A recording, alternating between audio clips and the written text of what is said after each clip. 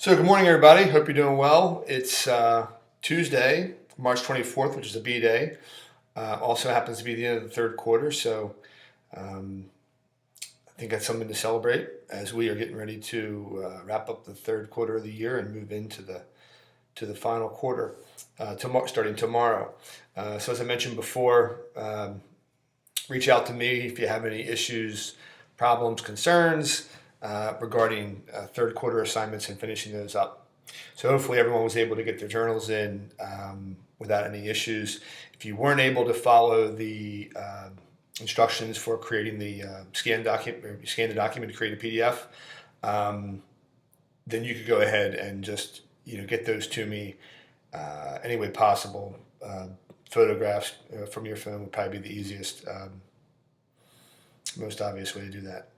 So anyway, getting started today, I just wanted to go over again the Two Trains Running reading schedule, which you'll find posted on the website for tomorrow. Or sorry, tomorrow. You should be finishing Act 1, so that would be for Wednesday.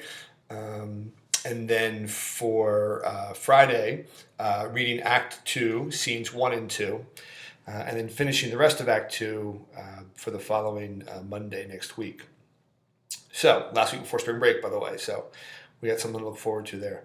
And this is really just a quick video just to kind of go over that and also to show you guys what I want you to do today. I mentioned yesterday that you'd be working on the 20 time project.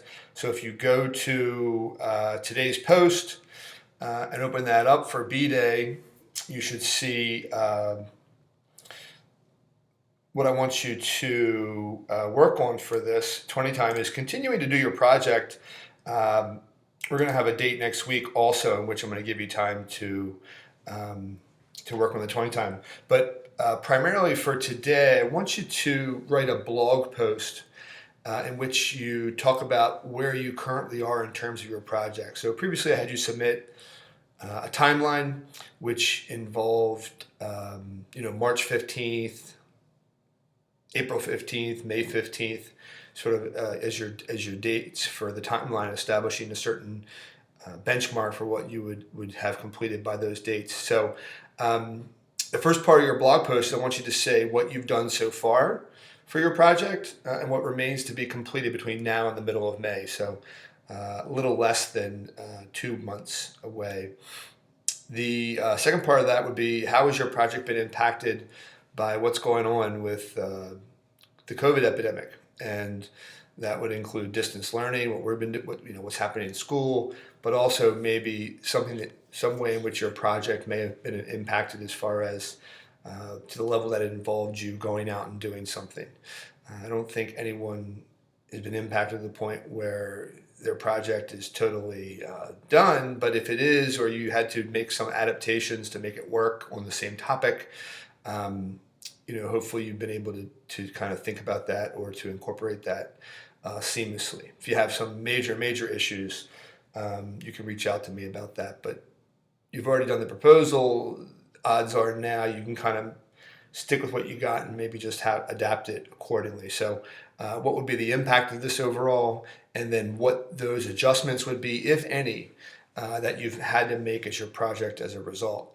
So if you haven't really been impacted or haven't had to make a lot of adjustments, you can comment on that. Just say that in your blog post, but be detailed as far as what's been done so far and what remains to be done between now and the middle of May. Just really focus on that.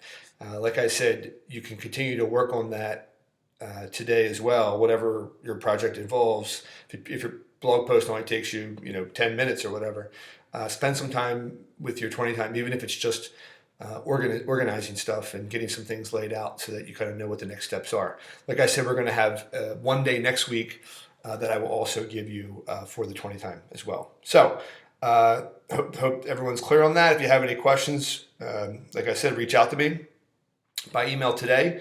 Otherwise, have a great day, and I'll talk to you guys tomorrow. Thanks.